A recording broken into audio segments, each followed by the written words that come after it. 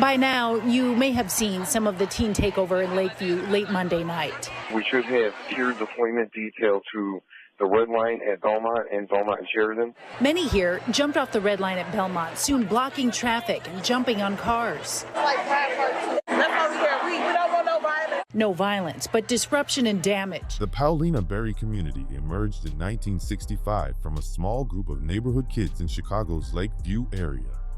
What began as a circle of 12 and 13-year-old friends hanging out on the corner of Paulina Street and Barry Avenue grew into a local force known for its music, football games, and fierce loyalty. Over time, the group evolved from a party-oriented crew into a recognized street gang with rivalries against some of Chicago's most notorious names.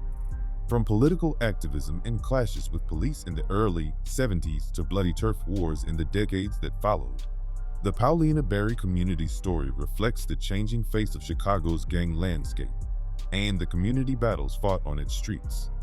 The Paulina Barry Community, formed in 1965 in Chicago's Lakeview neighborhood, originally calling themselves TT.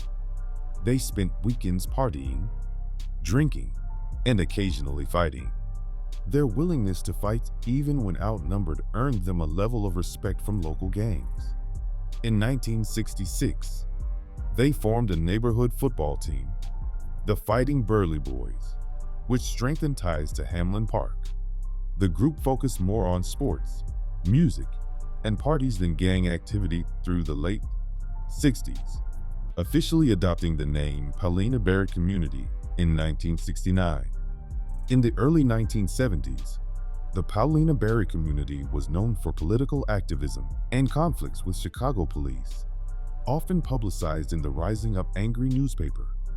They opposed local political leaders, fought false arrests, and even took over a neighborhood tavern that became a Paulina Barry Community hangout.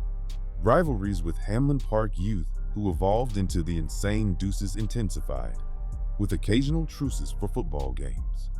By 1972, a younger, more aggressive generation shifted the Paulina Barry Community toward gang banging, adopting gang colors and targeting rivals like the Insane Deuces, Latin Kings, and Simon City Royals.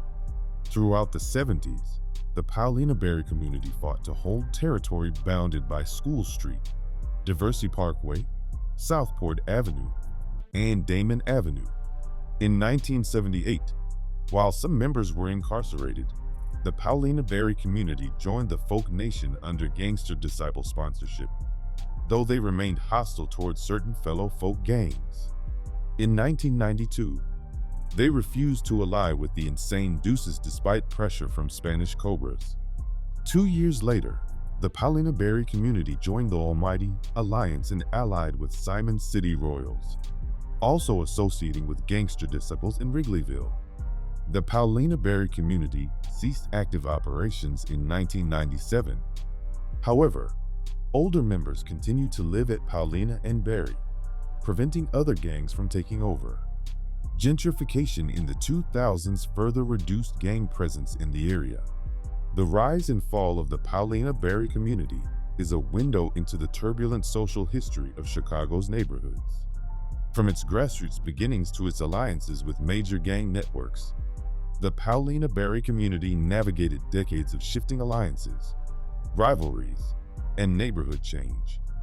By the late 1990s, the gang had faded from active operations, but older members and the neighborhood's gentrification kept Paulina and Barry free from new gang takeovers. Today, the corner stands as a reminder of a time when a small group of kids transformed into a powerful local presence, leaving a complex legacy of community pride, street politics, and survival.